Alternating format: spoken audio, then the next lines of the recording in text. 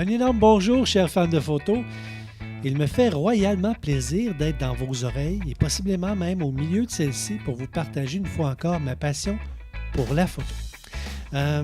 Depuis des années déjà, je dresse le constat que c'est à travers les commentaires que je fais sur vos images, que ce soit sur Facebook, par courriel, par téléphone ou en personne, que je réussis à pousser plus loin vos connaissances de la photo et les miennes du même coup.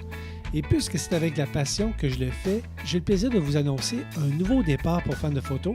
Et c'est entre vos deux oreilles que je lance Fans de photos vous commente. Ma décision, en effet, c'est en sortant la semaine dernière d'un restaurant Subway que j'ai pris quelques minutes dans l'auto pour lancer un post vivant que j'ai lancé live, vous invitant à me faire parvenir vos images pour que je puisse les commenter la semaine suivante.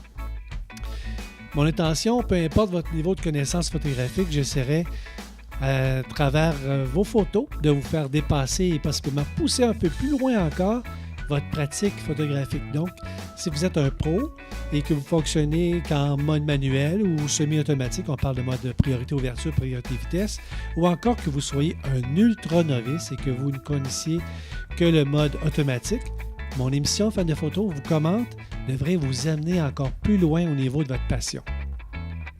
Maintenant, mes commentaires seront basés sur quoi?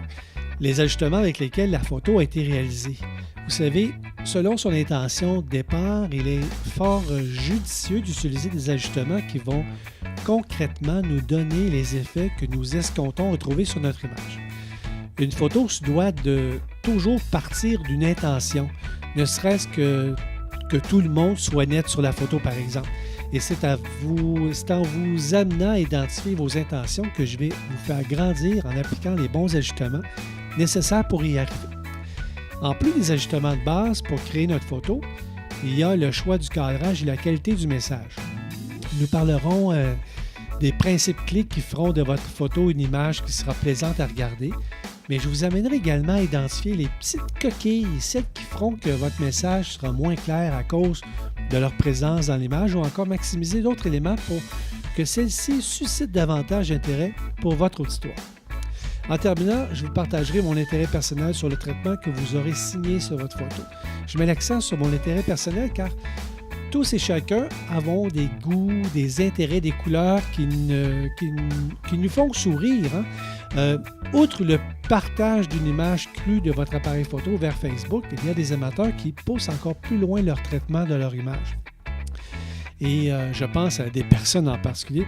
Ils passeront quelques minutes, voire des heures en Photoshop pour traiter les images, les couleurs, le contraste, les éléments de leur photo pour leur donner une signature plus distincte qui leur ressemble et qu'ils veulent nous partager.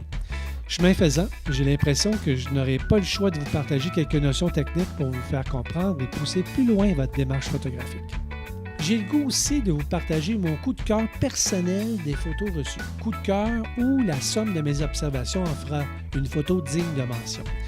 Je me réserverai le droit de vous signifier les dates de mes prochains cours que j'ai intitulé « Déclic photographique magique ». Et je me réserve aussi d'autres surprises selon votre participation et la motivation que cela m'apportera à faire ce type d'activité pour vous, fans de photos. Alors maintenant que je vous ai présenté mon plan de match, débutons notre première émission. Fans de photos vous commente. Je suis vraiment content de votre première participation dans ce sens que avec un très court délai, vous m'avez envoyé rapidement quelques images que je vais avoir le plaisir de commenter dans quelques secondes. Et puis pour ça, je vous remercie beaucoup. Vous savez que de risquer, de prendre du temps pour vous partager ma passion, de risquer de ne pas avoir d'auditoire, c'est vraiment le côté obscur de la force, de vouloir vous partager ma passion. Et je suis bien content de votre participation. Puis je vous invite, d'ailleurs, je vais vous inviter à la toute fin de l'émission à utiliser une nouvelle adresse courriel que j'ai destinée vraiment pour ce projet-là qui sera Fan de photos vous commente. Alors d'emblée, on va commencer avec une première photo, une photo qui m'a été envoyée par Jean-Benoît Baron. Jean-Benoît, ça doit faire 5-6 ans qu'on a fait un premier projet ensemble sur la municipalité de East Angus, où est-ce qu'on devait faire un espèce de petit vidéo corporatif pour signifier combien il était bon d'y vivre à East Angus. Et puis tu m'as envoyé une photo de la vie quotidienne. Tu me parles que c'est ton arrière-cour. Et tu m'invites à trouver le chat. Je ne sais pas si vous, auditeurs, vous avez pu voir qu'il y a, sur cette photo noir et blanc-là, qu'il y a à quelque part dans la photo, il y a un animal, un chat. Je vais même vous donner un indice. On dirait que c'est un siamois. Alors, si on commence à étudier l'image, on peut voir ici qu'on a un avant-plan. On a notre sujet principal qui serait situé ici, puis on a un arrière-plan qui est un petit peu plus loin en arrière. On peut voir que j'ai localisé rapidement notre chat, un espèce de siamois qui est perché là, sur une espèce de table, là, qui est en attente, puis qui t'observe, Jean-Benoît, pour savoir si tu l'as bien centré dans ton image. Tout de suite, d'emblée, il ne faut pas centrer nos sujets principaux au centre de l'image, mais dans la vie quotidienne, quand on prend une photo, une espèce de print moment de la vie que l'on vit, eh bien, l'animal s'est retrouvé au centre. Puis je trouve ça vraiment correct dans ce cadre de photo-là. Donc, je vous ai parlé qu'on va regarder les ajustements de l'appareil photo. Dans le cas présent, Jean-Benoît, bien, c'est un opportuniste. Hein? Le meilleur appareil photo, c'est toujours celui que l'on a avec soi. Et dans son cas, à ce moment-là de prendre la photo, c'était son téléphone cellulaire. Donc, il a utilisé son téléphone cellulaire pour prendre la photo. L'une des particularités des téléphones cellulaires, c'est d'avoir une profondeur de champ qui est immense. Hein? On peut voir que tout ce qui est dans l'image est net. De l'avant-plan, je parle ici des petits rochers en avant-plan, jusqu'à l'arrière-plan, même de l'antenne qui est sur le toit, qui est jugée sur le toit.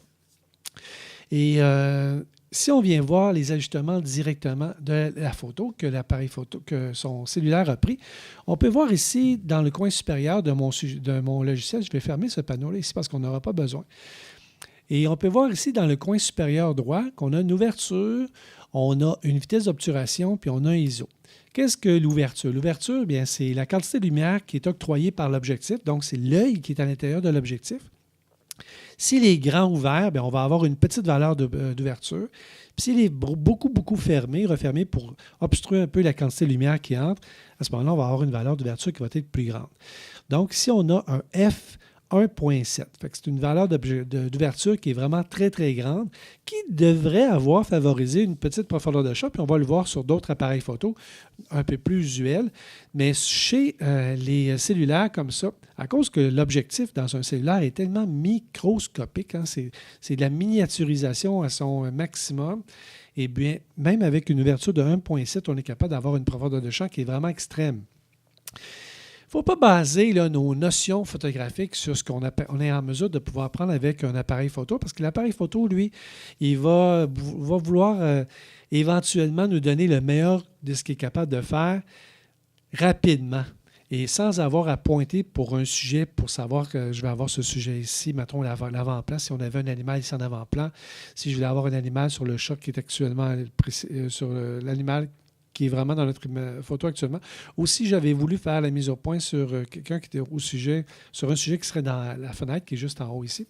Mais à ce moment-là, on pourrait le faire avec un appareil photo, mais avec un téléphone cellulaire, c'est plus long, c'est plus compliqué.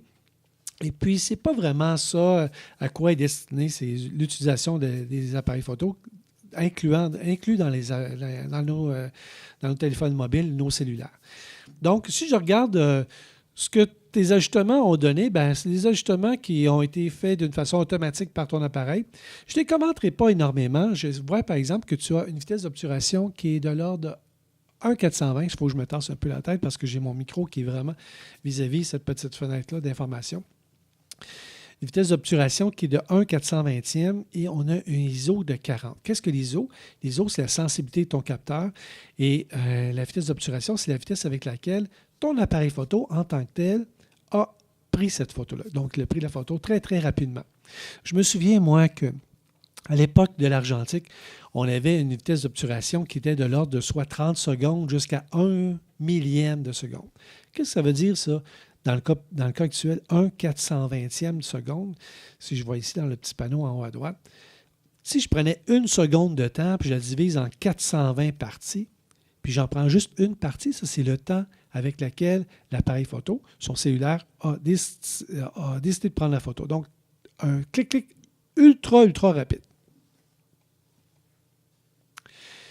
Aujourd'hui, les appareils photo sont capables d'une vitesse d'obturation de 1/4 millième, voire 1/8 millième. Donc, encore une fois, je prends la valeur de 1 seconde, je la divise en 4000 ou en 8000 petites parties égales.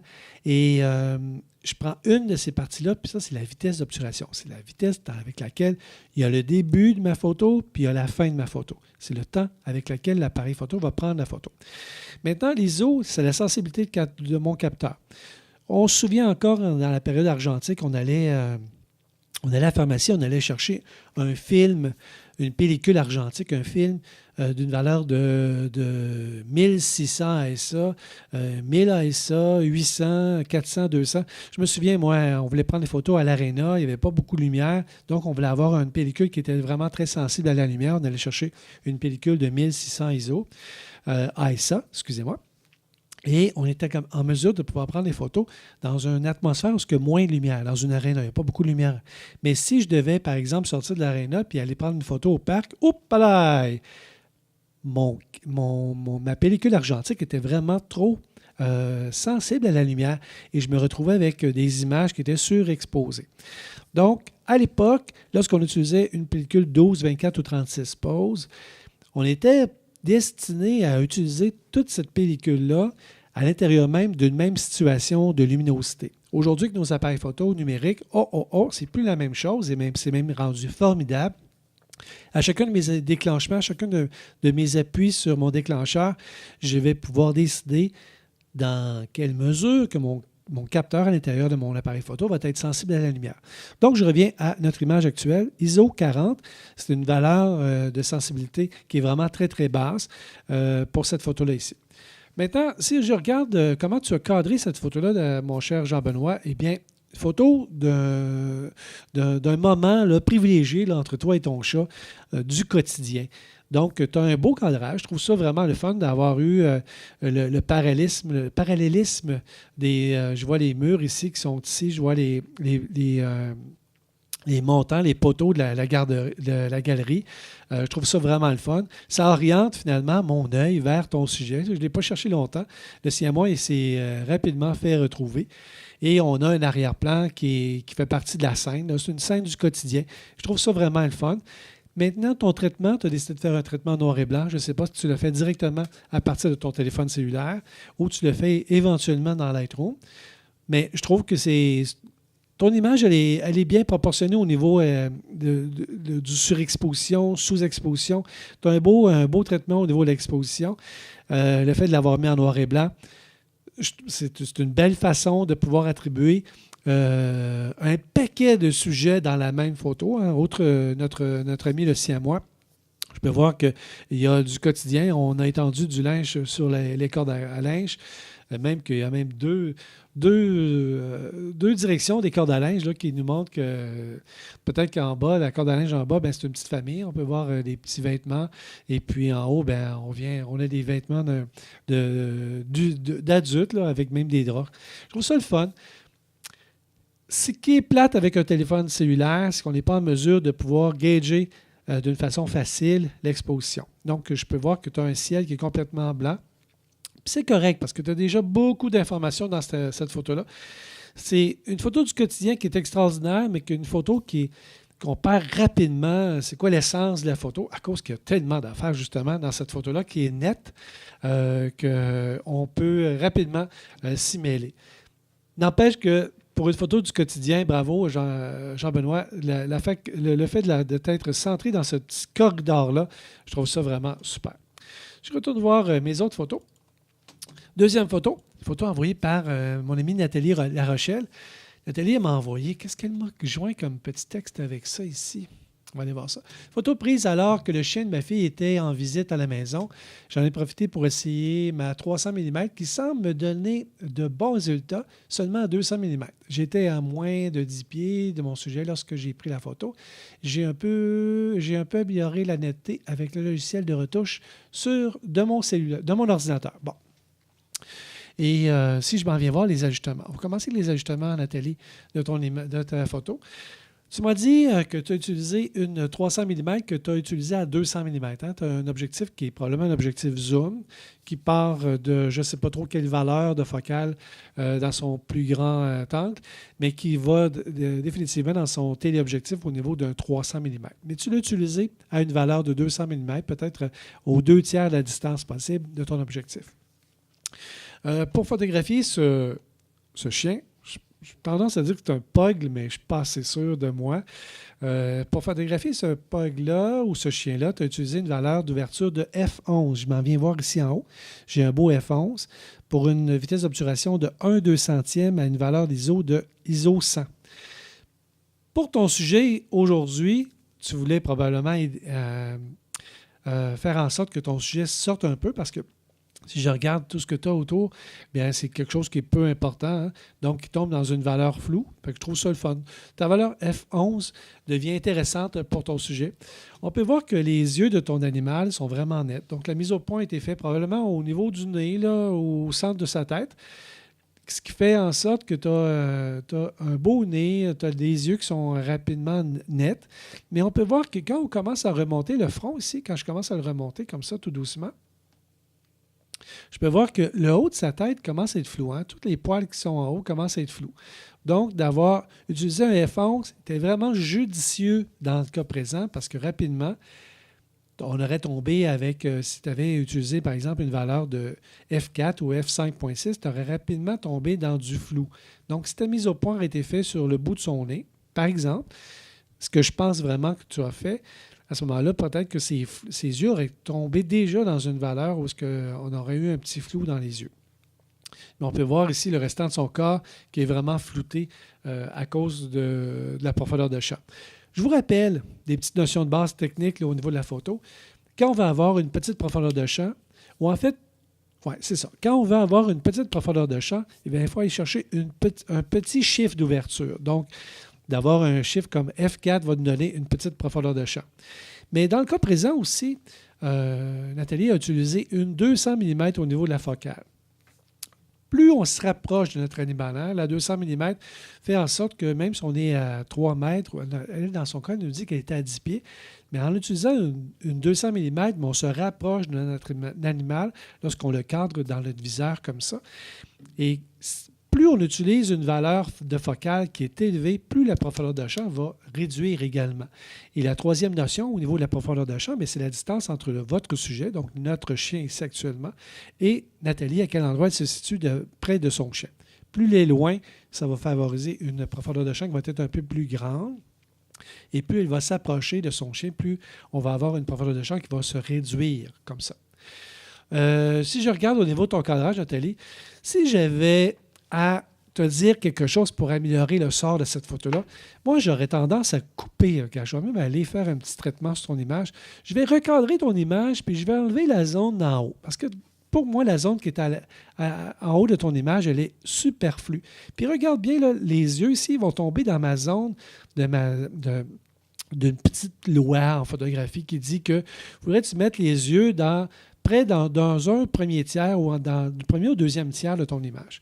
Tu vois qu'en ayant enlevé un petit peu la partie d'en haut, je commence à rapprocher mes yeux de cette zone-là que je trouve vraiment intéressante. Et puis, tu peux voir qu'à gauche et à droite, tu avais déjà regardé ton animal puis tu avais dit « Ah, moi, je vais laisser un peu plus d'espace sur ce côté-là de la photo. » Tu as bien fait. C'est important d'avoir un petit espace ici pour pouvoir cadrer ton animal. Donc, je vais juste le ramener ici. Fait que je vais ramener un de ses yeux au tiers ici, comme ça.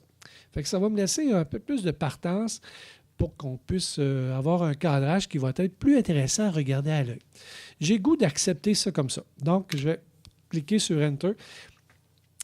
Puisque le haut de ta photo, le côté ici, était superflu, bien là, on a encore un peu plus une zone d'intéressement pour ta photo que j'apprécie davantage. Au niveau de ton traitement, tu as traité, probablement que tu as accentué là, la clarté. Je vais juste en mettre un petit peu plus, là, juste accentuer la clarté. Et c'est très intéressant. Je peux voir que tu as utilisé probablement aussi ton flash pour cette photo-là, parce que si je zoome dans ta photo, je peux voir qu'il y a une petite lueur de flash là, dans les yeux de ton animal. juste pour voir un peu plus Nathalie à l'intérieur, je vais juste augmenter la zone la zone des côtés ombres de la photo. Puis j'avais espéré pouvoir te voir te définir dans ses yeux, mais non, je ne t'ai pas vu. Donc, je vais revenir ici pour le remettre là, comme tu l'avais mis, au naturel. Et c'est vraiment sympathique. Je trouve ça le fun d'avoir une belle luminosité dans les yeux, que ce soit créé par une fenêtre qui va être derrière toi, donc qui va être devant l'animal, ou directement une luminosité, un petit éclair qui va être en provenance de ton flash pour pouvoir mettre une petite brillance dans les yeux de ton animal. Tout ça dit, j'aime beaucoup cette image et recadrer un petit peu plus serré, puis je trouve ça vraiment le fun. Merci Nathalie d'avoir participé. Ensuite, on va revenir voir nos images.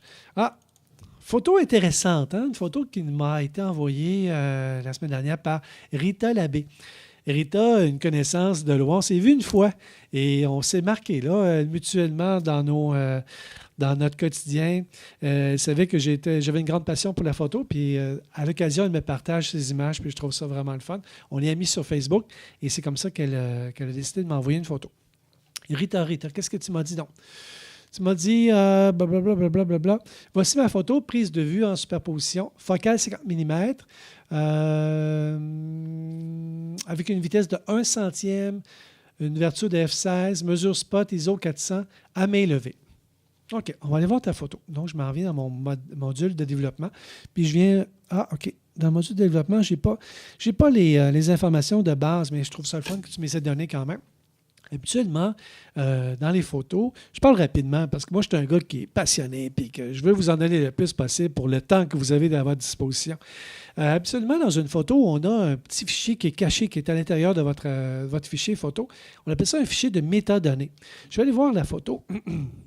Je vais retourner voir la photo de Nathalie. Peut-être que dans le fichier de métadonnées, je vais avoir des informations. Alors, je m'en viens ici, comme ça. Qu'est-ce que j'ai comme information? J'ai qu'elle a utilisé un appareil photo qui s'appelle un Nikon D3100. Elle a utilisé un zoom. Pas un zoom, mais en fait un objectif capable d'une 300 mm qu'elle a utilisé à 200 mm qu'on a vu tantôt. Elle a utilisé une valeur ISO, la sensibilité du capteur à ISO 100, donc une très belle sensibilité. En fait, c'est une sensibilité qui est vraiment peu sensible à la lumière, mais qui va vous donner des photos qui vont avoir un rendement extraordinaire au niveau du bruit dans l'image. Je peux retrouver ma vitesse d'obturation 1/200 avec une valeur d'ouverture de f11. Donc, toutes ces informations-là que je peux voir dans mon panneau de droite, elles se retrouvent dans le fichier métadonnées de la photo. Et ça, c'est vraiment, vraiment, vraiment le fun. Je retourne voir ta photo, ma chère Rita. Rita, tu me dis que c'est une superposition. Moi, j'ai le goût de dire que c'est une multi-exposition. Ça veut dire la même chose. Mais lorsque tu vas regarder dans ton menu de ton appareil photo pour pouvoir exécuter cette photo-là, mais tu vas voir qu'ils vont dire que c'est une multi-exposition, une exposition multiple. Qu'est-ce qu'on entend par une exposition multiple? C'est qu'on donne comme instruction à notre appareil photo, je veux que tu prennes 1, 2 ou 3 ou 4 photos et que tu les superposes l'une sur l'autre, puis tu me donnes un rendu final. Donc, il va y avoir des appareils photo qui vont tous faire ça en traitement à l'intérieur de l'appareil photo. Donc, il va prendre 1, 2, 3, 4 photos, les photos que nous, on va décider de prendre, et qu'éventuellement, à la fin de notre processus, bien, il va comptabiliser ces 4 photos-là, puis ils vont les superposer, puis il va nous donner une image où les 4 photos vont être intégrées l'une dans l'autre. Certains appareils photo, selon le choix du menu, bien, ils vont garder les photos 1, 2, 3, 4, donc ils vont faire 4 photos différentes. Et la 5e photo, c'est une photo qu'il va créer lui-même, qui va nous donner notre exposition multiple. Dans le cas présent, Rita, elle a décidé de faire une photo multiple de 2 expositions. L'appareil photo, il faut comprendre qu'à toutes les fois qu'il prend une photo, l'appareil photo, lui, il va vouloir avoir la bonne exposition. Mais lorsqu'on lui donne comme instruction, je vais avoir une photo multiple, selon la quantité de photos que l'on va vouloir avoir, lui, il va traiter les images puis il va sous-exposer les images. Hein? Si, par exemple, j'avais une photo que l'exposition correcte serait de 1 millième de seconde, puis là, il va jouer toujours avec la vitesse d'obturation. Si je voulais avoir une photo qui avait une vitesse d'obturation de 1 millième pour avoir une bonne exposition. Hein, vous savez qu'en photographie, le boss, le grand boss, c'est pas moi, c'est la lumière. La lumière va dicter nos ajustements. J'ai un petit message Facebook. Va dicter mes ajustements sur mon exposition. Et selon la quantité de lumière, bien, je vais avoir une possibilité d'ajustement qui va différer énormément, toujours en fonction de mon intention photographique, mais aussi de la quantité de lumière. Je reviens à mon exemple. Si j'ai une photo dont la vitesse d'obturation demanderait une vitesse d'obturation de 1 millième, l'appareil photo, sachant dès le départ, parce que je lui ai donné comme instruction de prendre 2 photos, bien, il va sous-exposer de moitié la photo parce que je veux comme corroborer 2 photos, une par-dessus l'autre, donc pour obtenir une bonne exposition. Donc, si l'exposition de départ était de 1 millième, mais lui, il va prendre une photo à 1/2 millième. Il va couper la quantité de lumière par 2 pour être capable de pouvoir avoir une première photo sous-exposée de 50%. La deuxième photo, si la photo devait être une photo de, je ne sais pas moi, 1/250e de vitesse, bien, il va la multiplier par 2, donc il va la sous-exposer encore de moitié. Il va prendre une photo à 1/500e. Donc, je vais avoir 2 photos qui vont être sous-exposées l'une et l'autre. Et le processus, lorsqu'il va créer ces 2 photos multiples, pour en faire qu'une, mais là, je vais avoir une bonne exposition. Donc, ça, c'est le travail là, qui a été fait par l'appareil photo. Et si je m'en viens, je n'ai pas de métadonnée comme on l'a vu tantôt, mais elle me donne, Rita me donne une vitesse d'obturation de 1 centième avec une valeur de f16 pour une mesure spot ISO 400 à main levée. J'aimerais tout de suite vous donner ma théorie concernant la mesure spot, mesure matricielle, etc. La mesure spot, c'est la façon avec laquelle il va prendre sa mesure. Hein. Mesure spot, c'est vraiment un petit point au centre de votre viseur avec laquelle il va pouvoir juger la quantité de lumière que vous avez. La mesure spot, moi, je m'en sers tellement, mais tellement rarement que même que je la mets de côté. On peut tout faire aujourd'hui avec la mesure pondérée centrale, la mesure matricielle comme ça. La mesure spot, on va l'appeler mesure pondérée centrale là, dans d'autres mots. Donc, moi, j'essaie de tout faire avec la mesure matricielle. Mesure matricielle, c'est que le PoseMac, lui, il va octroyer peut-être 50% le résultat de sa lecture au centre de la photo. Hein. Peut-être, je vais penser, je vais vous faire un petit dessin là, avec ma souris. Peut-être ce centre-là, ici, là, il va octroyer 50%. Ça dépend des appareils photo, ça dépend des fabricants. Mais peut-être que 50% de la mesure, bien, il va l'octroyer à cette partie-là ici.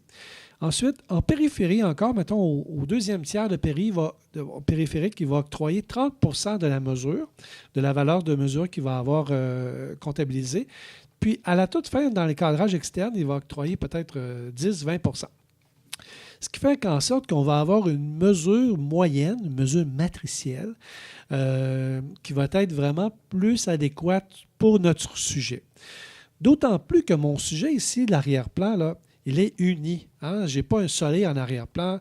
Je n'ai pas quelque chose qui n'est pas... je ne suis pas en train de photographier, par exemple, une personne sur une scène où ce que l'arrière-plan est complètement noir, ou encore de photographier quelqu'un sur la plage où ce que l'arrière-plan est complètement dans le ciel, qui serait vraiment un contraste très, très, très fort.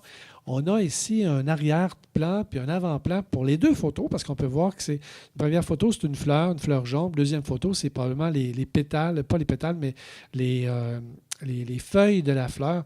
Je suis 0 en botanique et vous allez pouvoir vous en rendre compte rapidement.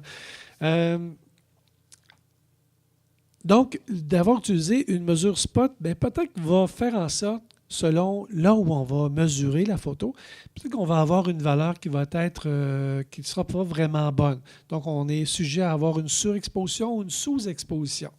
Souvent, ça risque d'être une surexposition, hein, parce que notre sujet, très souvent, est plus sombre que notre arrière-plan.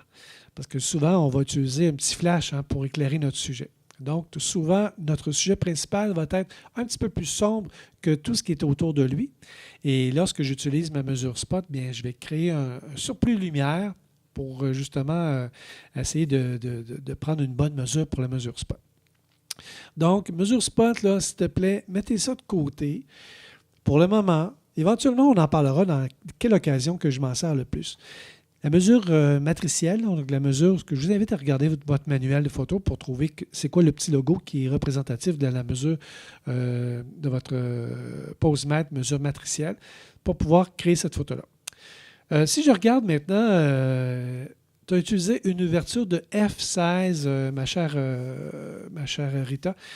Peut-être que tu voulais t'assurer que les pétales de ta fleur soient complètement nettes pour qu'elles ne soient pas dans une zone de flou. Et puis ça, c'est une valeur qui est intéressante dans le sens que tu pouvais quand même disposer d'une valeur d'obturation d'1 centième puisque tu étais à main levée. Tu avais une focale de 50 mm. Je ne parlerai pas trop des notions de vitesse d'obturation versus la focale. Probablement et certainement que ça va venir dans des futures émissions, mais pour le moment, je n'en parlerai pas. Mais il y a une petite règle encore qui entoure tout ça. Donc, ta valeur de F16 pour ton sujet principal qui est ta fleur, hein, l'un de tes sujets principaux sur l'une de tes images, tu as une fleur. Le fait d'avoir choisi un F16 te permet d'avoir vraiment des pétales où on peut voir qu'il y a quand même une belle netteté, peut-être pas celle qui est complètement derrière, mais dans l'ensemble, on peut voir une belle netteté. Puis on peut voir aussi une belle netteté sur la feuille. Hein. On peut voir qu'il y a une belle distinction entre le côté de la feuille ici. Je trouve ça le fun. Ta photo, elle est vraiment intéressante. Oui, on peut voir une transparence dans la feuille, mais c'est tout à fait normal. Hein? C'est deux photos que l'on a juxtaposées l'une sur l'autre et on a un rendu en prise de vue multiple comme ça. Ton traitement, je ne sais pas si tu as traité l'image.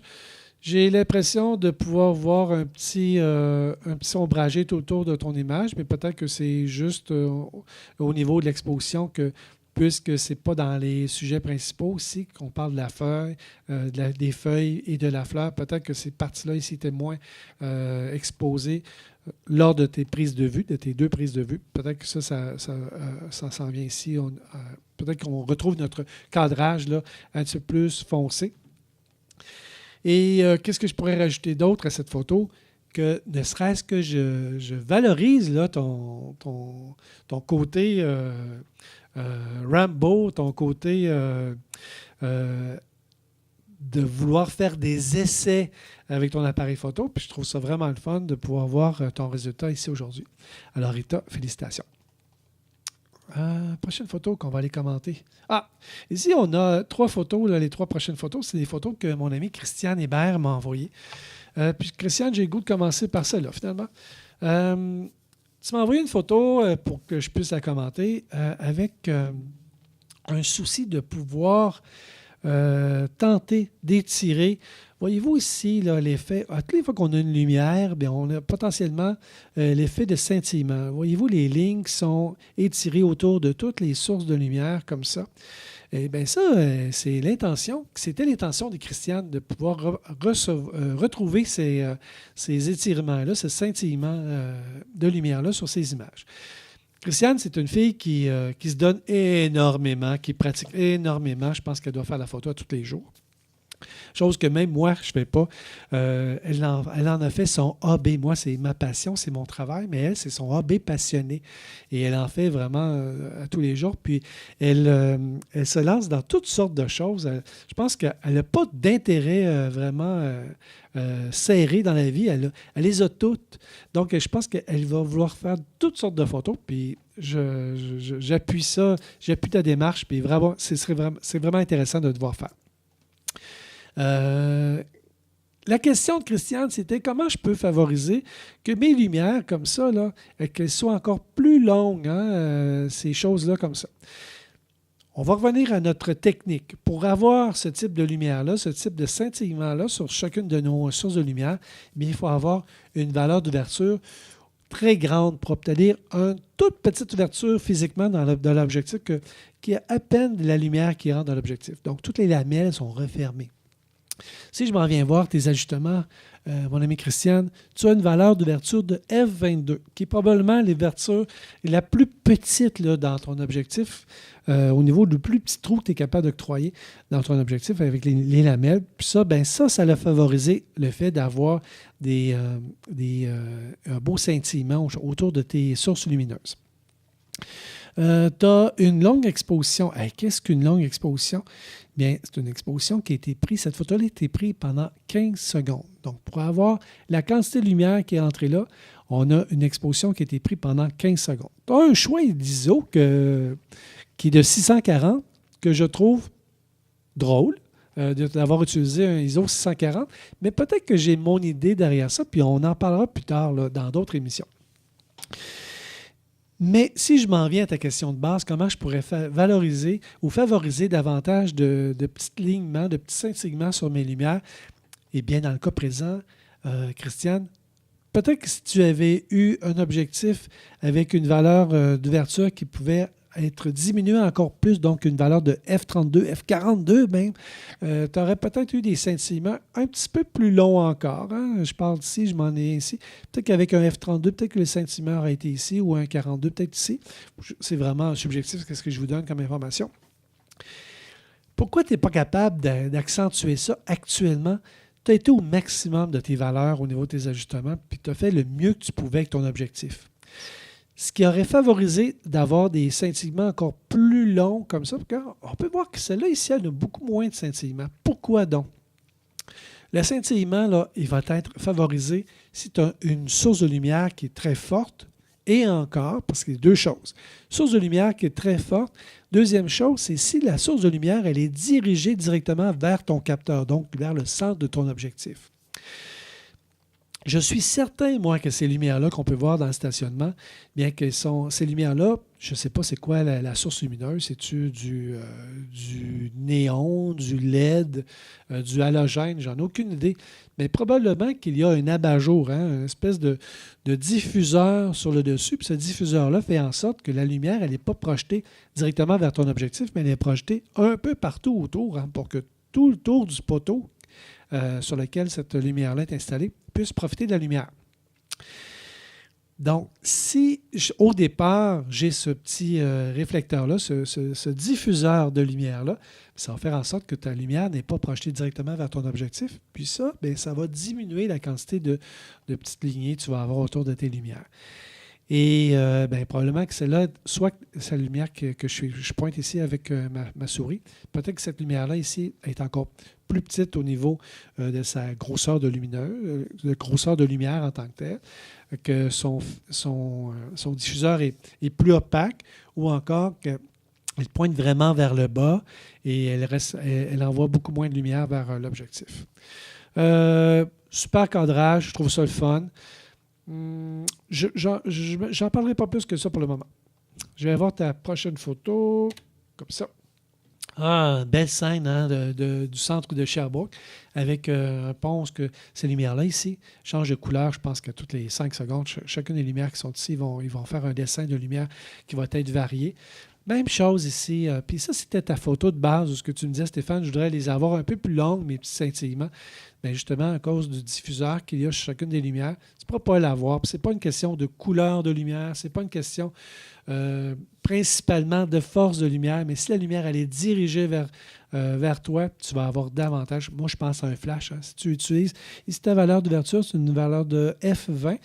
Si tu avais utilisé, par exemple, quelqu'un qui avait été sur le pont avec un flash télécommandé, déporté, et puis que le flash aurait activé au même moment que tu aurais pris ta photo, puis que le flash aurait été dirigé directement vers le centre de ton objectif, bien là, ma chère, tu aurais eu un spectacle au niveau de tes feux d'artifice qui vont entourer finalement tes sources de lumière.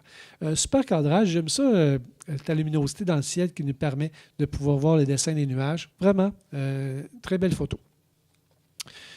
Prochaine photo que tu m'as envoyée. Ah, regarde ça ici.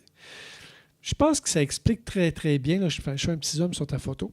Le soleil. Est-ce que le soleil, s'il n'y a pas de nuages dans le ciel, est-ce que le soleil, lui, il a son diffuseur ou il t'envoie son blast total de luminosité?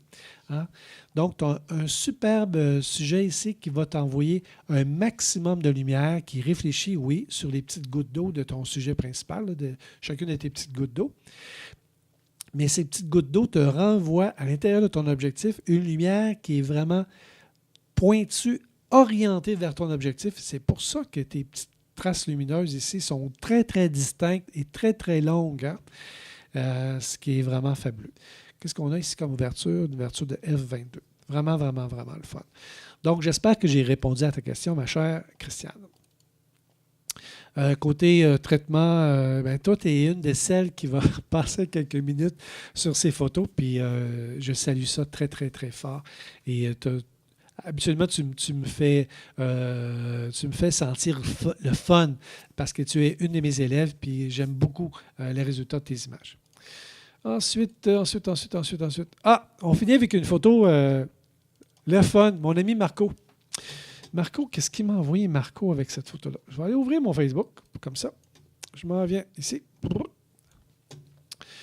Je vais aller voir ton message, Marco. Tu m'as envoyé ça via Facebook. Et tu m'as dit...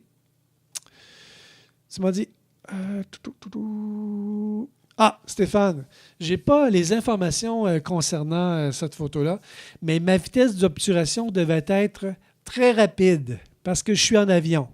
Je trouvais ça bien drôle. Puis il me dit aussi que mes ouvertures, elles étaient probablement toutes fermées parce que je ne ressentais pas la pression de l'air. Donc, je trouvais ça vraiment humoristique. Puis je me suis dit, ce serait bien le fun, mon cher Marco, que tu fasses partie de cette première émission-là. Et puis, j'aime beaucoup ton audace, de ta personnalité. Tu as une personnalité audacieuse. Puis, tu as un plaisir fou à être dans la vie. Puis ça, ça rentre dans mes cordes aussi. J'aime beaucoup ce son-là. Au niveau de l'harmonique, là, de comment moi je veux vivre ma vie. Et c'est une personne vraiment intéressante à ce niveau-là. Puis il y a bien d'autres niveaux aussi, mais ça, aujourd'hui, on parle de photos. J'espère que, chers amis, que vous avez apprécié cette première émission-là de Fans de photos vous commente. Je voudrais terminer en vous disant que ça va me faire vraiment plaisir de recevoir dans la semaine qui s'en vient. Je ne vous dis pas que je vais faire une émission à chaque semaine. Je ne voudrais pas me lier les poignets comme ça, mais ça va me faire plaisir d'en faire souvent parce que de toute façon, je le fais d'une façon quotidienne avec mes élèves. Et à la prochaine épisode, prochaine émission, je vais pouvoir vous dire quand est-ce que je vais refaire un prochain cours des clés photographiques magiques. Mais d'ici ma prochaine émission, je vous invite à vous aussi m'envoyer vos photos afin que je puisse les commenter et vous partager des notions photographiques, ma passion pour la photo. Et je vous invite à envoyer ça à... Là, je vous donne une nouvelle adresse. Adresse que je vais avoir simplement pour recevoir vos photos à commenter. Donc, l'adresse que vous allez utiliser, c'est facile, c'est fan de photos @millimic.com. Je vous rappelle que Millimic, c'est le nom de mon entreprise.